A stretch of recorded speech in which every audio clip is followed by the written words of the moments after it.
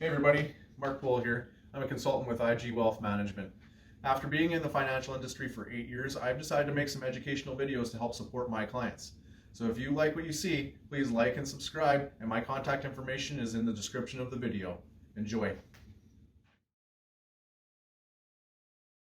I'm coming to you tonight from Onanol, Manitoba. I have a satellite office here, and I'll get into a little bit of an introduction.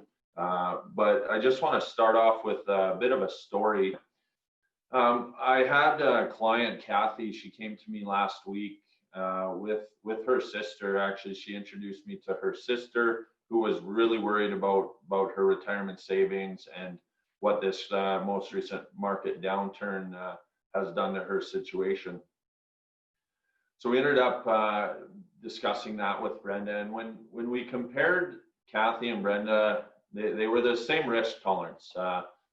You'll hear me say sleep at night factor as we go through this presentation. And that's what I mean by risk tolerance. We want all our clients to be able to sleep at night, knowing that their investments are not holding too much risk. And so Kathy and Brenda's sleep at night factor was both moderate risk, right in the middle, a balanced portfolio. And but what we noticed was that Brenda's portfolio had performed much worse over the past month than Kathy's had. And when we dove down into it, we noticed that Brenda was very much focused in Canada with her portfolio. And when you're focused in Canada, you have a large dependency on the energy sector and the financial sector. And so I guess the point of this story is that diversification is key, and we need to make sure that our portfolios are diversified, but we're going to get into that a little bit later on. So without further ado, let's get into some introductions. Again, my name is Cal Vanderskite, currently in my satellite office in Onanol. I grew up in this area. It's home for me. I absolutely love it here. Congratulations if you've ever been.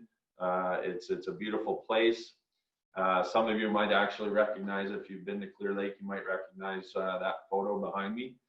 Bonus points if you can name that spot. Anyways, I've always had a passion for personal finance and investing in particular. I'm not going to tell you the whole long story, but long story short, my dad offered to match my savings when I started my first job at Clear Lake Golf Course, but only if we went to his investment advisor at the time. So I was motivated, and long story short, I purchased my first mutual fund at the age of 13. Fast forward a bunch of years, I became a teacher actually. So I went through the education program at Brandon University, completed 2 years of teaching close to home here in Erickson. And then I decided to take my skills to the finance industry with IG Wealth Management. And I haven't looked back since. It's been an amazing journey. And fast forward to today, I'm a division director with the company, a certified financial planner, and managing principal of my wealth management practice. Now, our other speaker recently came to us from one of the big banks. He's been a great addition to the team, Mark Poole. Hey, thanks, Cal. So unlike Cal, I'm not at the satellite office. I'm actually in my home office here in Brandon, but usually working out of my office located at the region office on 18th Street and Park in Brandon here. I started in finance about 8 years ago with, like Cal said, one of the big banks.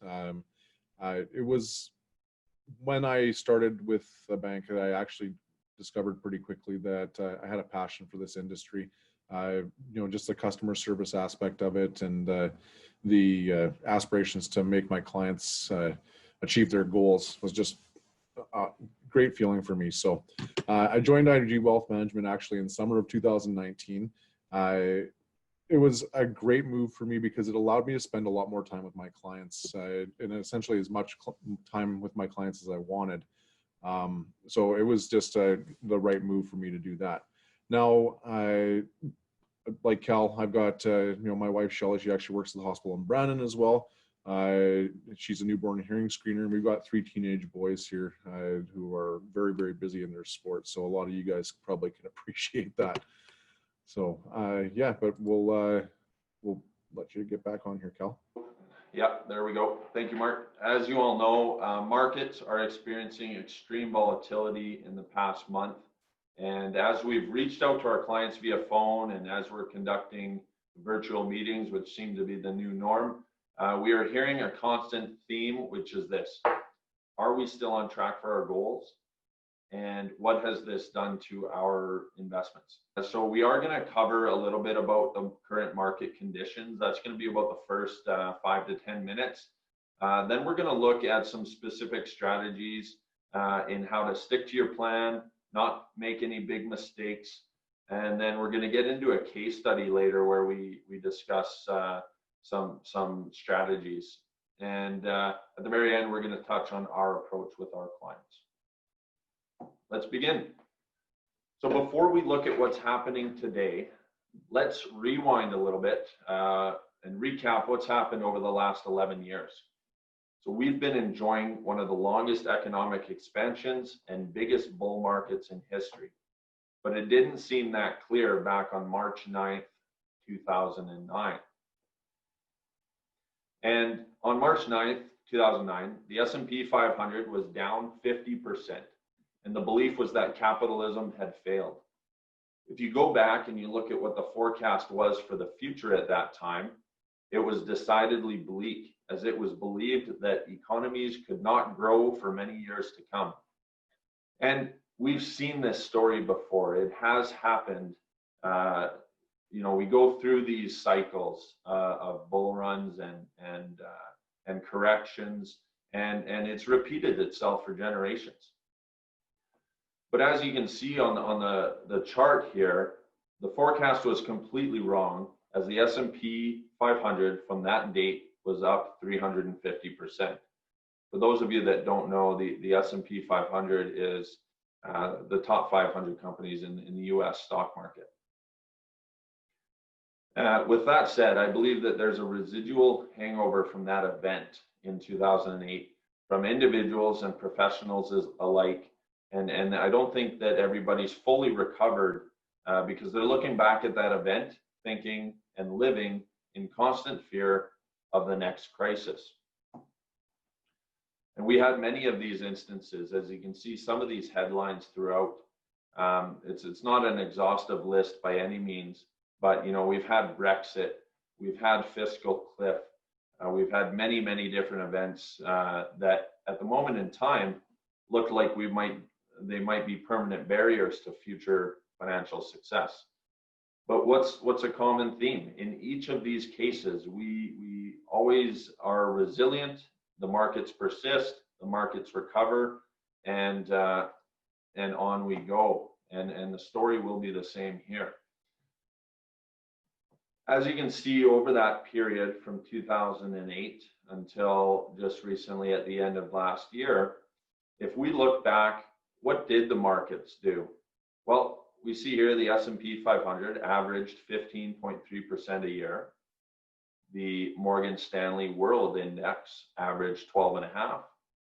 Europe, 8.5%. In Canada, 9.2%. Now, if you owned each one of these in a 25% weighting, your average would have been 11.3%.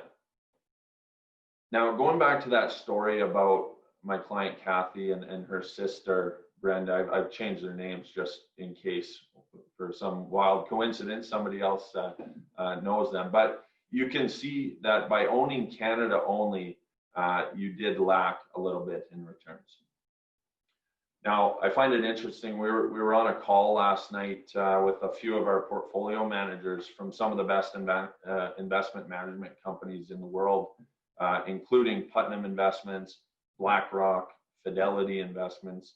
You might recognize a couple of those names.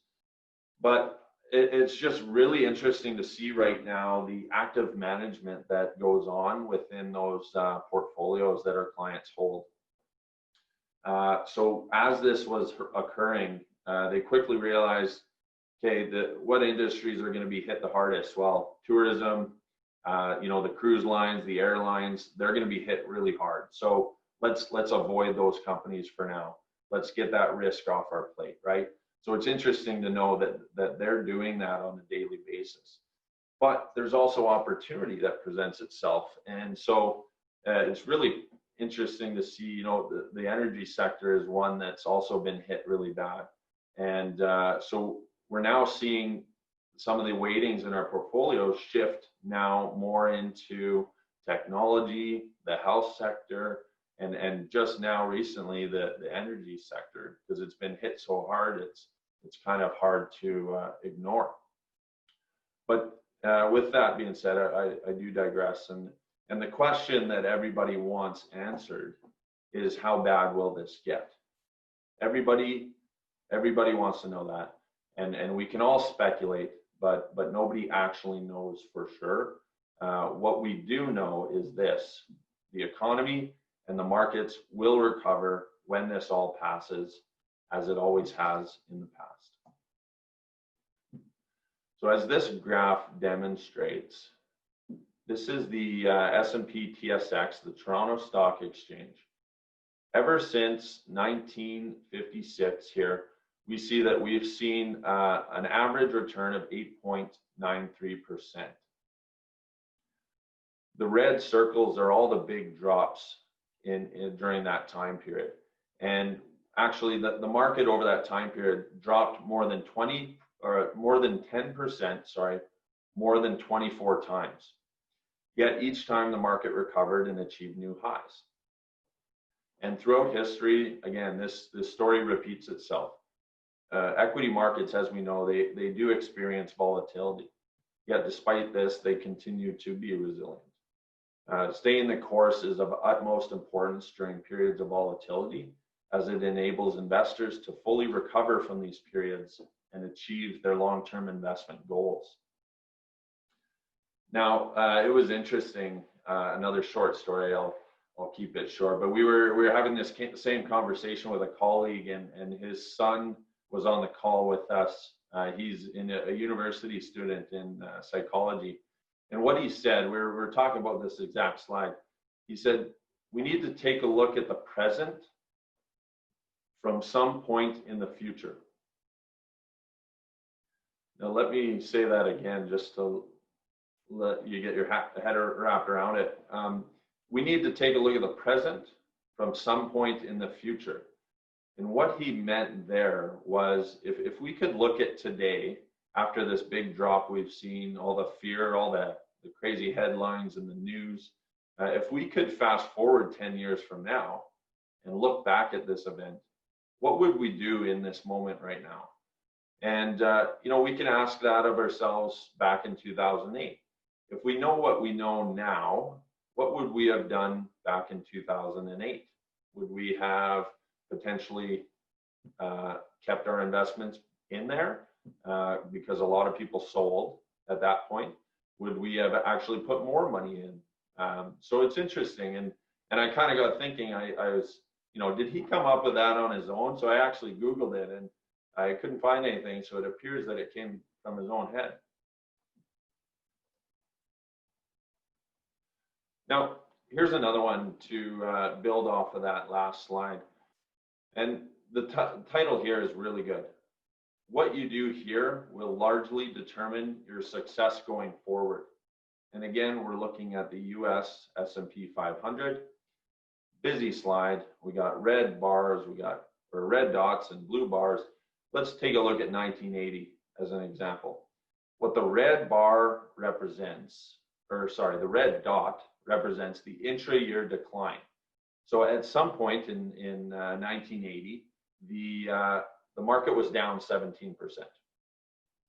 But what the blue bar represents is, where did it end up at the end of the year? Plus 26. So that's a 40+% swing from the low to the high. And so every single year, the markets experience some sort of downfall or dip, and some years bigger than others, obviously. And same with the yearly returns. We do have negative years once in a while. Obviously, the majority being positive years. And so we can add in a last column here, right? We can probably put in a red dot for 2020. I mean, we hit a low back on Monday, March 23rd, and a lot of experts are saying that that is the low, that we've already hit the low. But I mean, obviously there is a chance that we have a new low, but with the markets the past couple of weeks, I don't see that happening. The important thing to note here is that you cannot achieve your long-term goals in the stock market by consistently locking in losses every time that the market goes down. You need to be looking at these events like an opportunity to potentially take advantage of. So if we can look at these red dots as an opportunity, we will be better off in the long run. And with that, Mark is going to discuss some potential risks to your plan, as well as some strategies to take care of those risks. Awesome. Thanks a lot, Cal. That gives us a really good overview of how the markets act and react, especially in times like this. Just to take that a step further, though, you can see on that last slide how some years there is a huge swing. Some people like to use the expression that, buy low, sell high, that kind of stuff. It's easy to say, it's really hard to do. One thing that we like to say in the financial industry actually is time in the market, not timing the market. The reason why we say that is because nobody ever knows when those low days are going to happen or those where they're going to end up. So, just having that in mind when you're doing your investing is a key. So what can you do to protect your nest egg? In the following slides, we're going to touch base on some basic strategies and risks to be mindful of when going into retirement, and while you're in retirement, actually.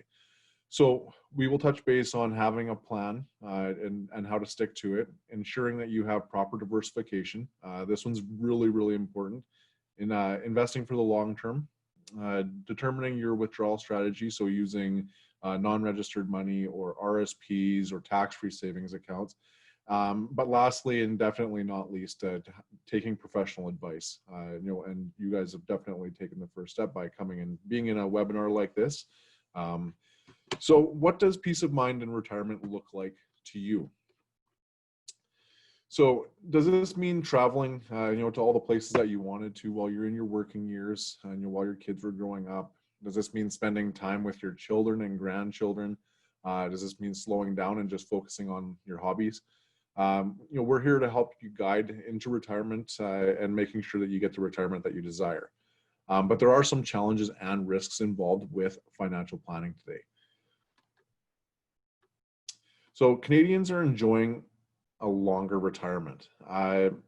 Challenge number one, Canadians are living well into their 80s, sometimes into their 90s. I don't personally see this as a bad thing, but when you have the average Canadian male living to age 83 and average Canadian female to 86, there poses a problem. How do we fund a 20 or 30-year retirement? Not only do we have to plan for a longer retirement, but as you all know, everything seems to get more expensive as time goes on. So prices have skyrocketed over the last 50 years. This is a slide that really hits home with me with the fast food industry.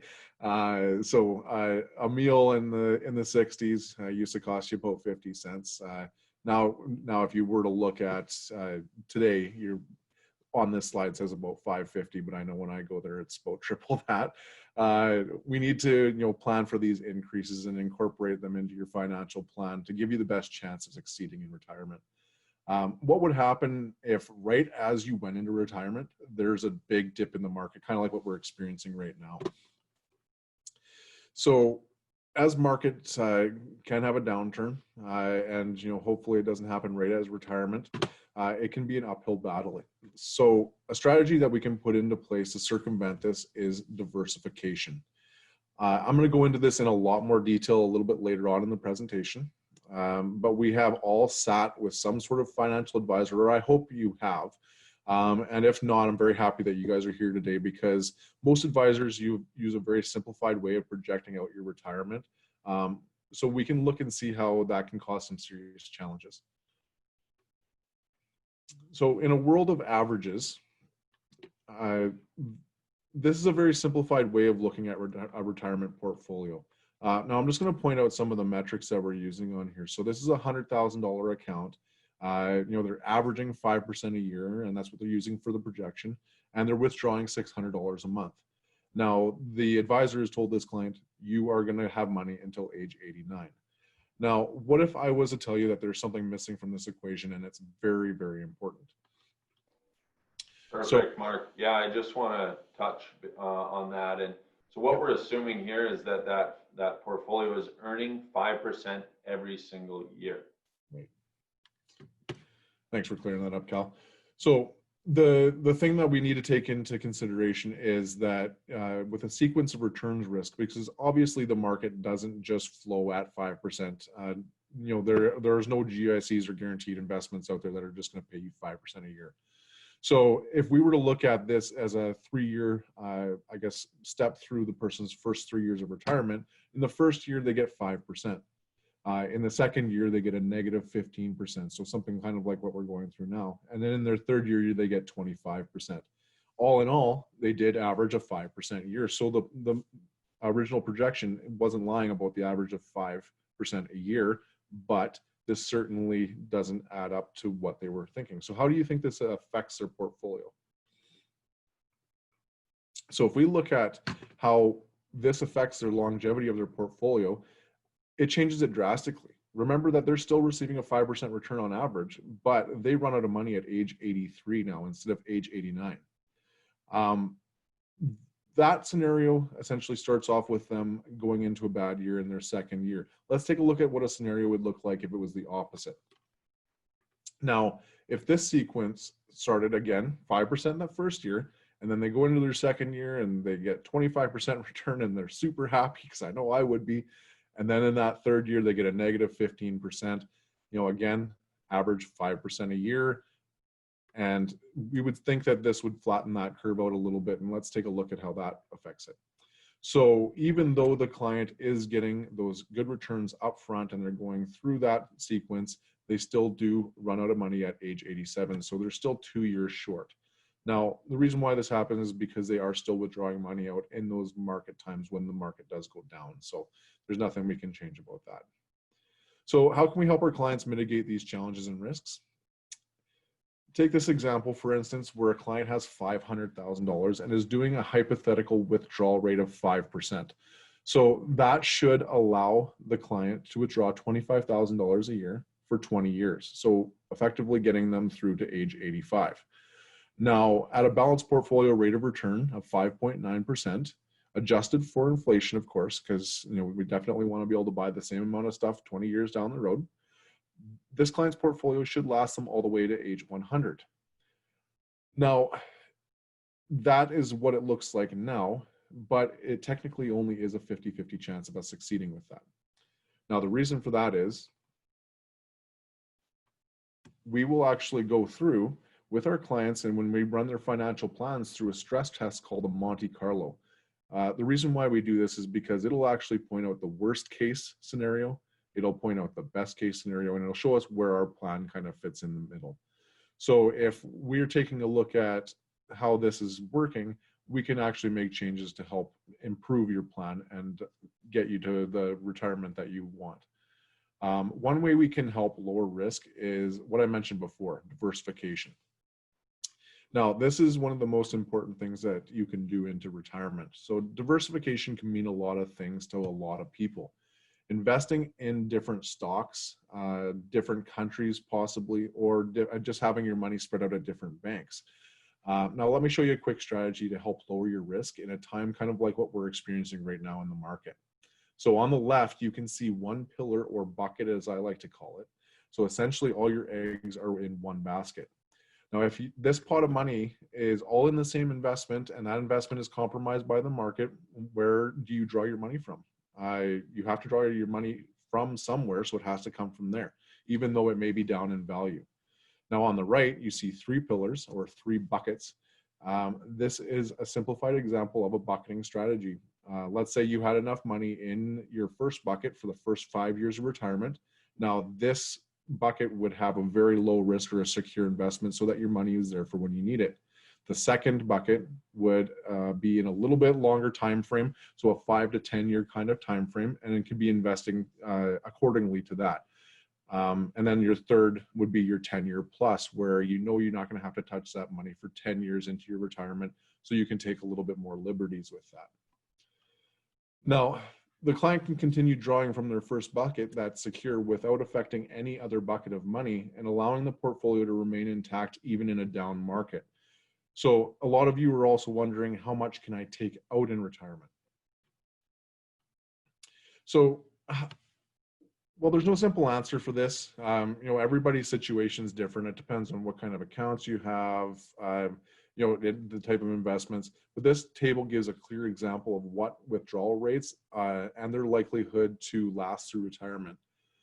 So if a client has $100,000 in retirement and withdrew 3% or $3,000 a year, they'd have a likelihood of lasting well into their hundreds. Now, if you jump up to 6%, or about $6,000 a year, you would see that it would start to taper off at about age 85. Now, if you're withdrawing 10% a year, $10,000 a year out of this $100,000 portfolio, the client effectively would run out of money in the first 10 years of retirement. Now, like I said, everybody's situation is different. And for us to give anyone any numbers that are accurate, we would definitely need to do a full financial plan.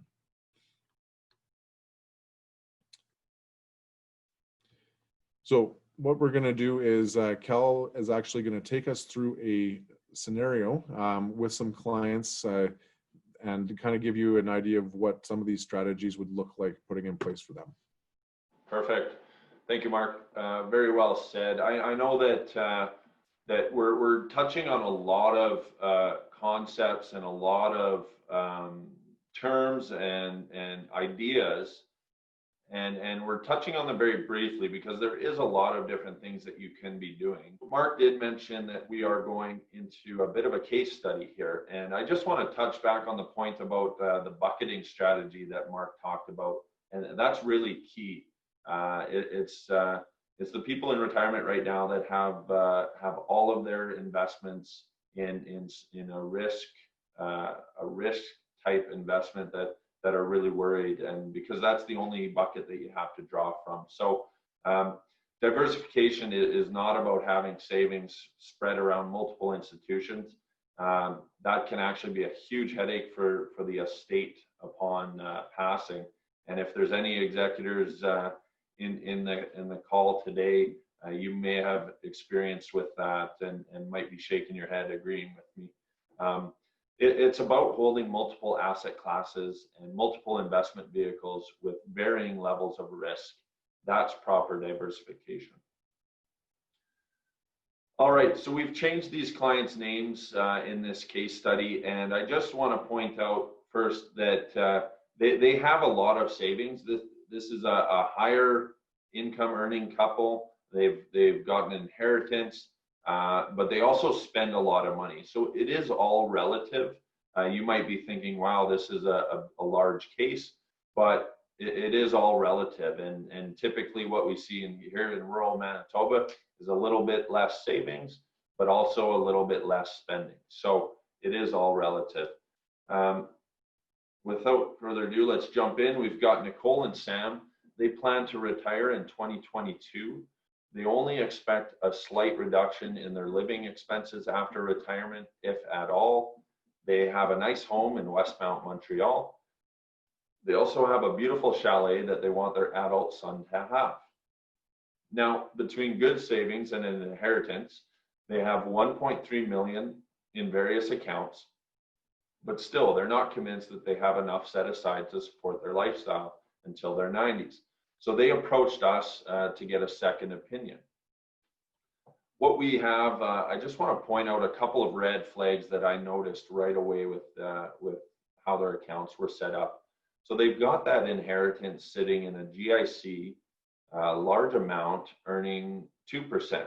So it's a large amount of money to be earning very little return, barely keeping up with inflation, if at all. Now, we also have another non-registered account, but we can see that that's invested in a balanced portfolio, medium risk. And but the red flag that I noticed there is that their tax-free savings accounts are not maxed out. So as long as you were born before 1991, the maximum amount you can contribute into a tax-free savings account is $69,500. Every single year on January 1st, the government adds currently $6,000 to that amount. And that amount will increase over the years. So if you have never used a tax-free savings account, one misconception is that you lose that room. If you don't use it, you lose it. That's not true. The room is there. If you've never used a tax-free savings account, you can use all that room up, 69,500. Now, I digress. And red flag here, they're not maxed out, and it's also earning just 2%. So my question to the client would be, what's the point of tax-free growth if we're not getting any growth? All right, so their current advisor told them that they should start drawing on their RRSPs as soon as they retire and spread out the tax bite over time to avoid losing half of what's left to the estate. So they plan to do this, and they plan to keep their marginal tax rate low enough so that they don't have any OAS clawback. Now, financially speaking, their son Al is self-sufficient, but he doesn't have any real savings or extra income. And he's thinking about proposing to someone that he's only just met. Now we're going to come back to that point. Nicole and Sam want to transfer the chalet to Al when they retire. Keep in mind, that's only 2 years down the road. They also want to pay the outstanding capital gains tax on the cottage at that point. They plan on continuing to pay the property taxes for the chalet, and they plan to use that GIC from the inheritance to do that. Now, they have high income now while they're working, so they're currently pulling out of their tax-free savings accounts for any sort of shortfalls and unexpected expenses. They will also use their tax-free savings accounts to pay for the capital gains on the chalet. So let's take a look at a summary of what their situation looks like. We've got 72,000 of fixed expenses a year. We've got almost 40,000 of discretionary expenses. So as I mentioned, they're big spenders, and that doesn't even include taxes. Okay, so we've got their spending amount here on the right-hand side. On the left-hand side, we've got their guaranteed retirement income. They've got some pension income, they've got Canada Pension Plan, they've got old age security, so we know what's supposed to be coming from that, and a little bit of GIC income. But what we have is a gap. We know what their expenses are, but we don't have enough income to fill the gap. So what do we have to do?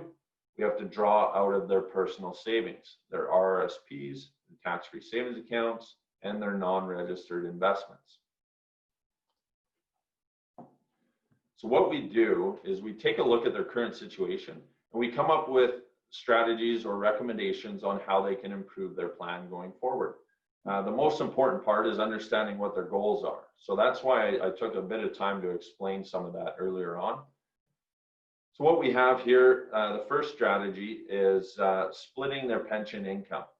And what that is basically when we have a spouse that's a higher income earner, they have a higher tax bracket. So if we can shift some taxable income onto the lower income earning spouse, effectively we bring down that tax bracket and we pay less tax in total. That's very easy to do after the age of 65, but how do we split pension income before the age of 65? So I'll talk a little bit about that later on. Number two is redeeming RSPs later instead of earlier. So their other advisor was correct in saying that sometimes it makes sense to spread RSP's income out over a long period of time. But what he didn't explain was that there's many factors that go into determining whether or not that's a good strategy. Some of those factors include what are our spending needs, what's the availability of other accounts, other savings, how is each account invested, and how is it taxed? What's the eventual size of the estate, and what are their other sources of income? So those are some of the factors that go into determining whether or not it makes sense to pull out RSPs early. Number 3 is, instead of using that GIC, which is very unfavorable when it comes to taxes, let's take that GIC and purchase an annuity, which provides guaranteed income, a more tax efficient guaranteed income for the couple to cover off those capital gains, or not the capital gains, but the property taxes for the cottage. Doesn't work in every case, but for this particular couple, an annuity made sense. Number 4, optimizing tax-free savings accounts. Now, first of all, we're going to invest them in line with their sleep at night factor that I mentioned earlier. As opposed to having it in a GIC type vehicle earning just 2%, we want to have good growth inside of the tax-free savings account. We want to continue to save into the tax-free savings accounts. So instead of using that account to pull money out of, we're gonna actually max out those tax-free savings accounts. There's only 2 places you can get tax-free growth, and that's a tax-free savings account and a whole life insurance policy. But the tax-free savings account should have been called a tax-free investment account. Investment account. And the reason for that is we see this account misused a lot, and we see that some people have actual savings accounts inside of that account, but in reality, you can hold any type of investment inside of a tax-free savings account. All right, that was long-winded 4th strategy, but we'll touch on it again in a little bit. There is a 5th strategy I'm going to mention that isn't on this slide, but the 5th strategy is we're going to defer the transfer of the cottage to Al. So apologize to the son, Al. He's not going to get the keys to the cottage just yet, and I'll explain why in a little bit. Doesn't mean he can't enjoy the cottage though. So when we take a look at their initial situation, when they came to us, we inputted their figures and their numbers into our financial planning software. And what we found was that if they kept on doing what they were doing, they would actually run out of money in the later years of retirement. And they wouldn't be able to spend the money that they plan on spending. So what can we do? Well, we already talked about what those strategies are to help them improve. Now, this is a bit of a busy slide, so I'm going to take a bit of time just so you guys understand what's going on here. So we have the initial plan. This is their situation when they came to us. So over their 30+ year retirement, they're going to be spending upwards of $6 million. That sounds like a lot, and it is a lot of money. But when you think about what you're spending now, whether it's $50,000 or upwards of $100,000 a year, and you spread that over 30 years, it is a large amount of money that we spend in our lifetime. When we look at their lifetime tax, just under $2 million, and their net estate at age 95. So basically, what's the value? What's their net worth when they pass away? And that's just about $2 million as well. And most of that is in their property or their home in Montreal. So what we're going to do here, and what you see is a chance of success of their plan, 66%. So what that means is out of those 1,000 scenarios we ran, where we have different sequence of returns, we look at the best case scenario, we look at the worst case scenario, their plan succeeds 66% of the time, or 6,600 out of those 1,000 trials. You know, I wouldn't say that that's good, but what we're going to show you is how that increases as we add every single strategy. So again, 5 strategies. Let's look at strategy number 1, splitting of pension income. So cumulative change on the right-hand side here, what that allows them to do is spend a little bit more in retirement, and actually saves them taxes by doing that. Doesn't make a big change to the net estate, and it only increased their chance of success by 1%.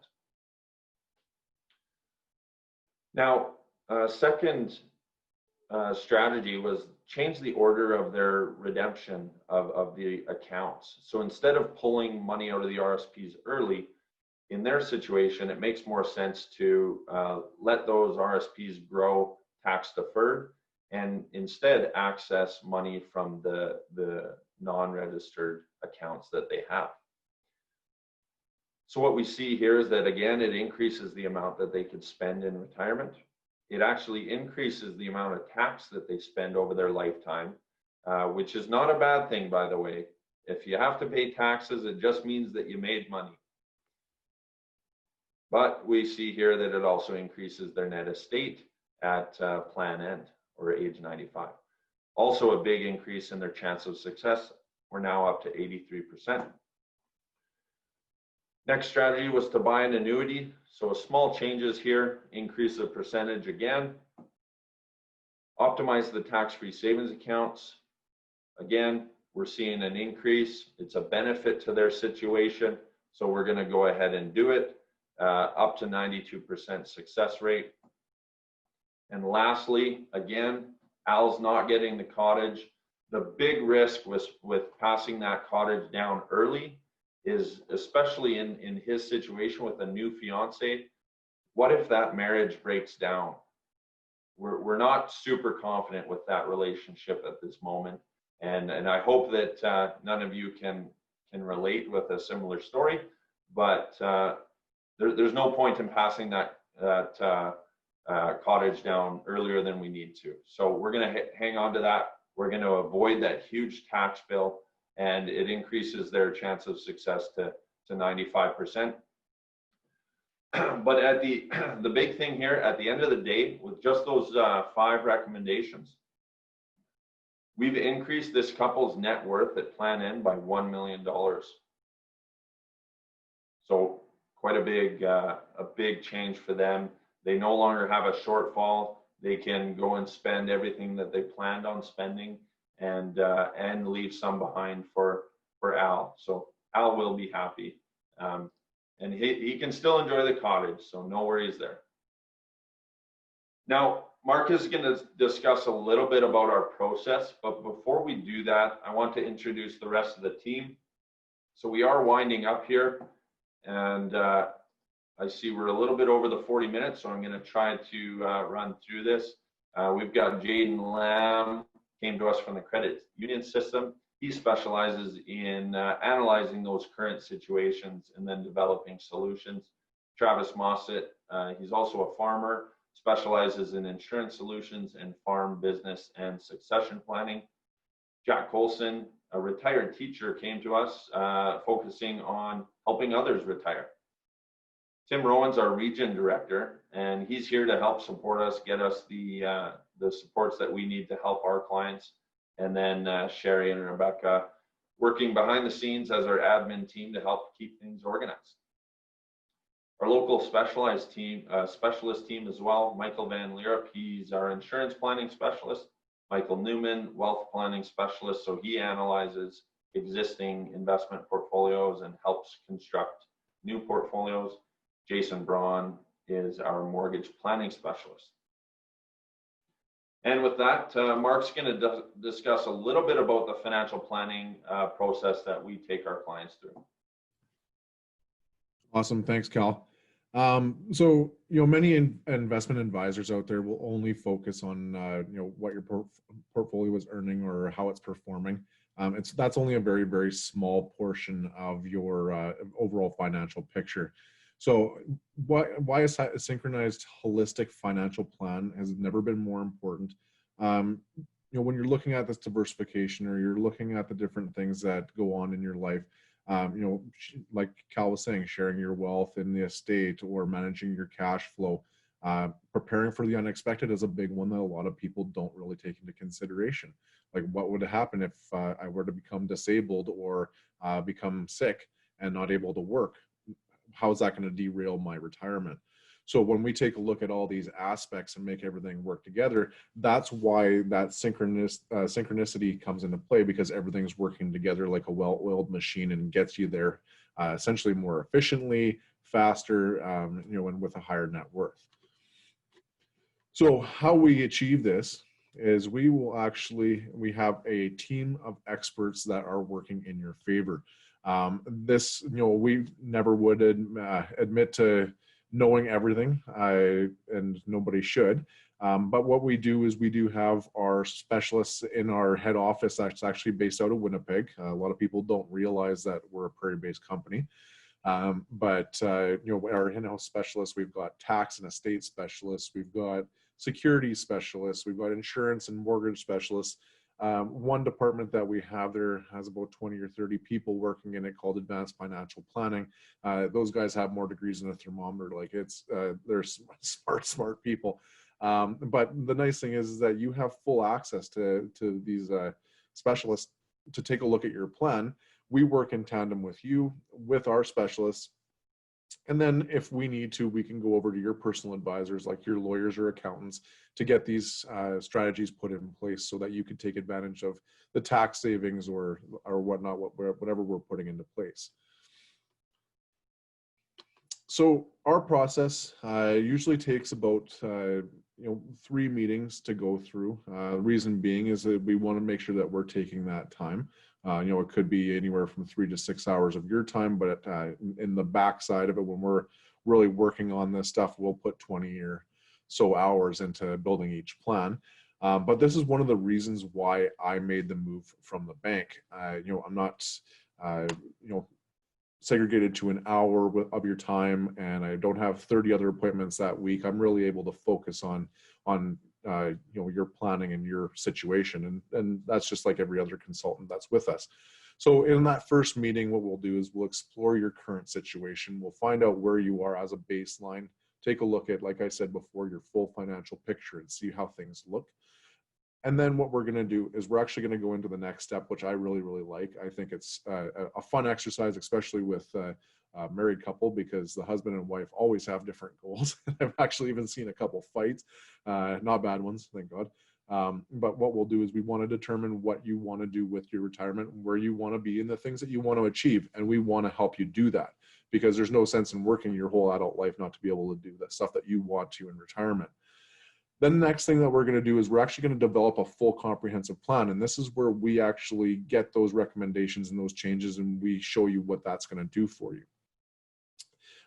Once we do that, then we're going to actually move into customizing your investment program so that it aligns with your risk tolerance, or like Cal said, your sleep at night factor.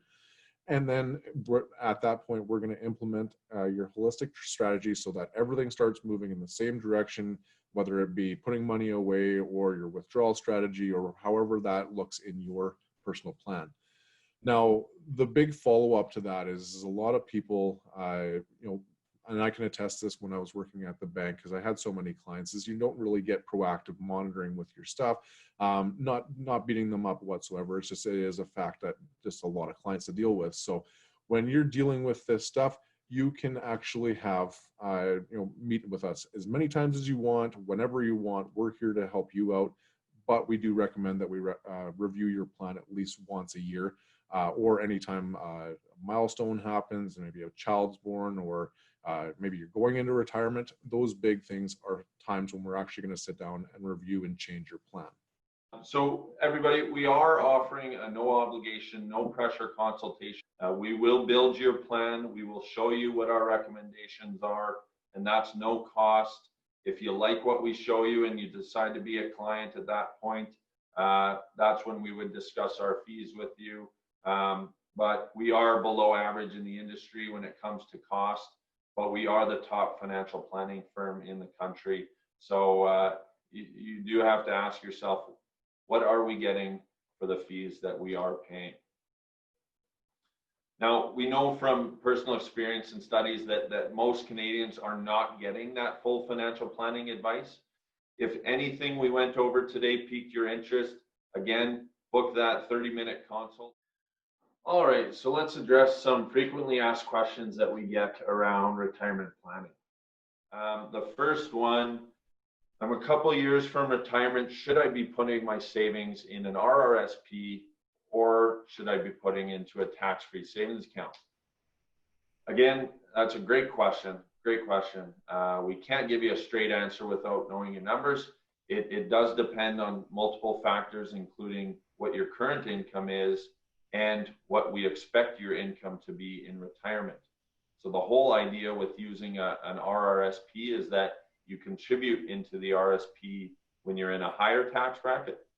You get the tax break, and then in retirement, ideally you're in a lower tax bracket, so you can pull that money out and pay less tax. There are certain cases where RSPs don't make sense, and farmers can fit into that depending on what their land rent is going to look like in retirement, and many different factors. But this is something that we can easily figure out. Now, another question here, Mark. If I were to become a client, I'll let you take this one. If I were to become a client, would I have to sell all my investments? No, actually, this is a really important one that a lot of people have a fear of, that if you were to change financial institutions anytime, that you'd have to actually sell your investments out. That is not a factor in there. Investments actually can be transferred in kind, so they would, and that's most of the time. And they also, if you're in an RSP, they don't have to be pulled out of the RSP to transfer either. So they can remain in there and not have any tax implications. Perfect. Thanks, Mark. Next question. I'm retiring in 6 months and need to decide what to do with my company pension. Okay, this is a common one that we get. And so there's many factors, again, that go into this, and it's not always a clear decision. But the question here is, do I leave my pension with the company and draw the monthly amount that they're offering me? Or do I pull out the pension and have it managed by my advisor? There's a lot more flexibility if you pull it out, but there is that guaranteed lifetime income if you leave it in. But what we do is we run both scenarios for our clients, and we weigh out the pros and cons of each of those options. Sometimes the answer is really clear, but sometimes it's also a matter of personal preference. But what many people don't realize in that case is, depending on the pension that you do have, and say you do choose that monthly income option, the guaranteed monthly amount for the rest of your life, if you pass away early in retirement, you could lose all or some of what you've worked so hard to earn over those working years. A lot of people don't realize that. Actually, just to add to that, Cal, so my mom actually did that. She wasn't given proper advice with the advisor she was dealing with, and not knowing that she took the option for a 10-year option. And so if she were to pass away 10 years and 1 day down the road, her whole pension actually would go back to the company. Yeah, good point. So quick question here. Can people have more than one financial advisor? Yeah, definitely. Usually people would have about 3 to 4 different financial advisors, but that also includes your lawyer, your accountant, and your financial planner. We would typically only recommend that you have one financial planner. It is certainly easier when everything's understood by one financial planner, and you want to make sure that you're getting the proper advice. Next question. How much does the consultation cost? So again, there's no cost to that second opinion. We will build your plan up front if you would like us to do that. There hasn't been a single case that we've come across that we haven't been able to improve. So if you do decide that we provide a lot of value to you at the end of that process and you decide to become a client, we're fully transparent. We'll tell you what your cost would be for that. Every institution, as I mentioned earlier, has similar fees, but we are below average when it comes to cost, and we are top in the country when it comes to planning. So my question would be to you, if you do have investments currently, what advice are you getting for the cost that you are paying? Thank you for taking the time out of your day to watch our webinar. We look forward to working with you. Thanks, everybody.